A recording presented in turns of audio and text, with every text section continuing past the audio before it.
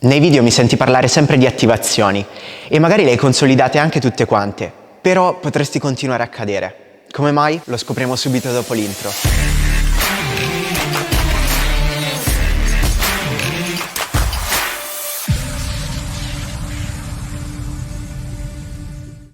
Ehi Balancer, benvenuto in questo nuovo video. Se non mi conosci ancora, io sono Francesco Mazzone, fondatore dell'Online Stand Academy, la prima scuola online di verticalismo, e aiuto le persone a uscire dalla fase di stallo, che stiano cercando ancora di imparare la verticale libera oppure gli elementi avanzati del verticalismo. Tutto questo grazie a un approccio estremamente tecnico di questa disciplina. Oggi voglio parlarti di questo argomento perché potresti aver già sentito tantissimi miei video e ribadisco tantissimo il discorso delle attivazioni. È la famosa spinta a spalle, flessione del torace e retroversione del bacino. Queste sono le tre attivazioni principali, ma poi abbiamo tante altre cose da tenere in considerazione. Però, dato che porto molto focus sulle varie attivazioni, perché sono quelle più difficili da sviluppare e che molto spesso vengono prese sotto gamba, possono succedere dei casi dove, nonostante hai già tutte le attivazioni, e tra poco lo andremo a vedere, si continua a cadere in direzione della schiena o in direzione della pancia. E non si riesce a capire perché dopo tutto questo lavoro sulle attivazioni si continua a cadere.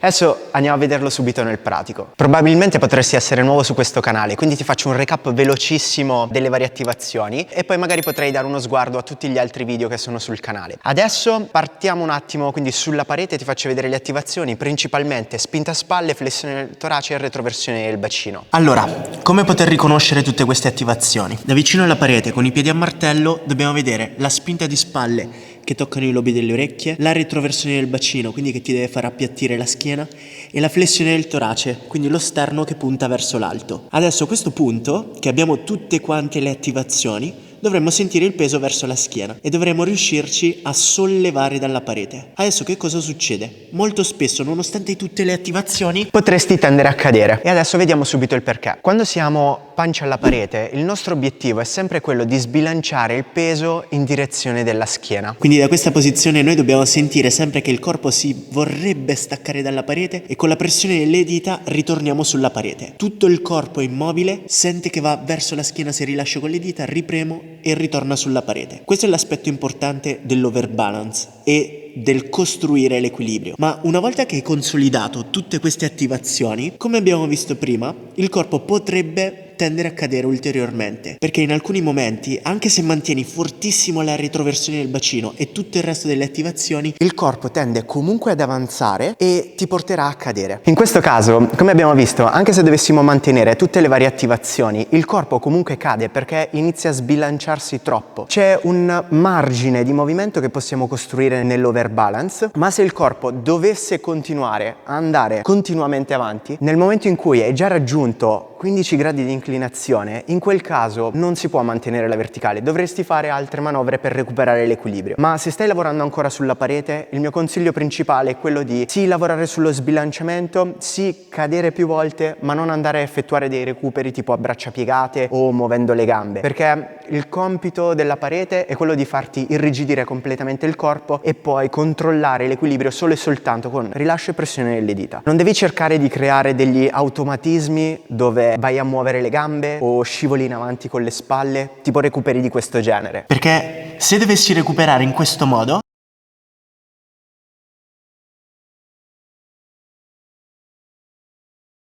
o da qua,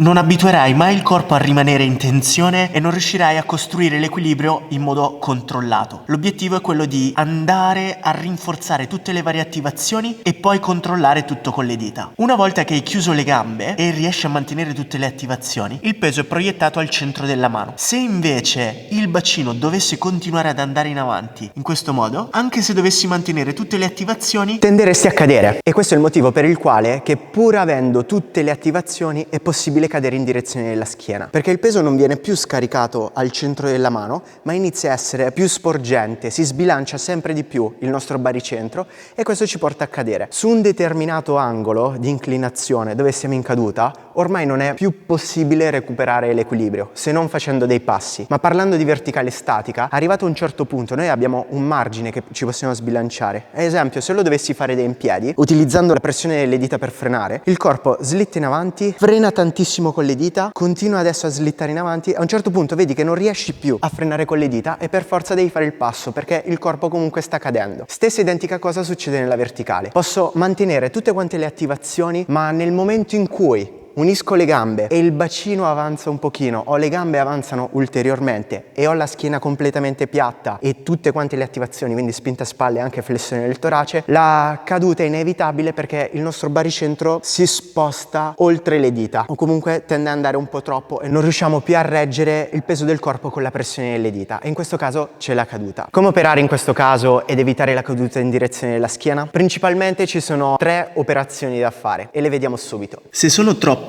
in direzione della schiena e sto per cadere, dobbiamo prima dare un check dov'è il posizionamento delle spalle. In questo caso le mie spalle sono troppo aperte e quindi questo mi tenderà a far portare il bacino verso la schiena. Quindi prima correzione che dobbiamo cercare di fare è proprio in partenza il riposizionamento delle spalle. Fatto questo, il bacino potrebbe rimanere in retroversione ancora verso la schiena e posso anche mantenere l'equilibrio, ma come puoi vedere sono carpiato con le gambe. A questo punto, pur avendo la retroversione, devo pensare di spingere il bacino in direzione della parete e i talloni più verso la schiena, andando a stendere completamente l'anca. Questo mi permetterà di ritornare perpendicolare a terra. Se invece non sento abbastanza peso verso la schiena e continuo a spingere il bacino avanti, quindi in direzione della schiena, questo mi porterà a cadere. Perché come abbiamo visto, pure se ho tutte quante le attivazioni, è un discorso di posizionamento e non di attivazioni. Quindi è molto importante. Perché come abbiamo visto, pur se dovessimo mantenere tutte quante le attivazioni, è possibile cadere per un problema di posizionamento. Generalmente nella costruzione della verticale il posizionamento si costruisce prima delle attivazioni, in modo tale che devi essere consapevole di dove va collocata ogni parte del corpo.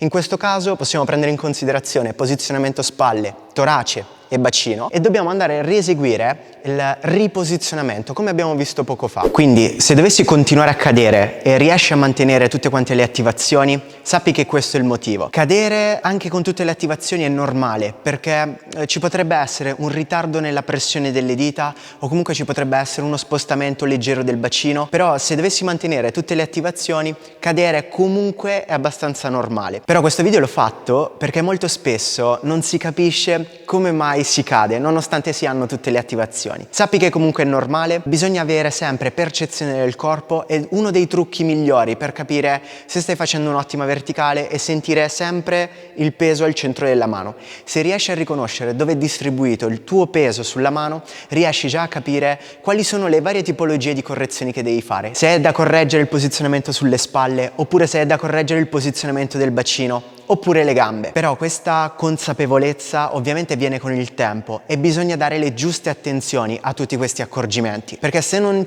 si pensa mai a tutte queste accortezze non si può appunto sviluppare mai questa sensibilità. Ovviamente questo discorso del posizionamento vale per la full ma anche per tutti gli altri esercizi della verticale, le altre figure. Se non le conosci ancora quali sono, ti invito a guardare la guida Essential Handstand, dove all'interno troverai tutti i vari posizionamenti base della verticale e tutte le varie transizioni ed esercizi che ti porteranno a eseguire una verticale corretta. Oppure, se vuoi essere seguito in questo percorso, io e il mio team ti aspettiamo all'Online Stand Academy, troverai il link giù in descrizione, dove potrai candidarti per il percorso di coaching e insieme andremo a intraprendere questo percorso. Non dimenticarti di iscriverti sul canale, attiva la campanellina delle notifiche per rimanere sempre aggiornato su tutti i nuovi contenuti che usciranno e noi ci vediamo al prossimo video.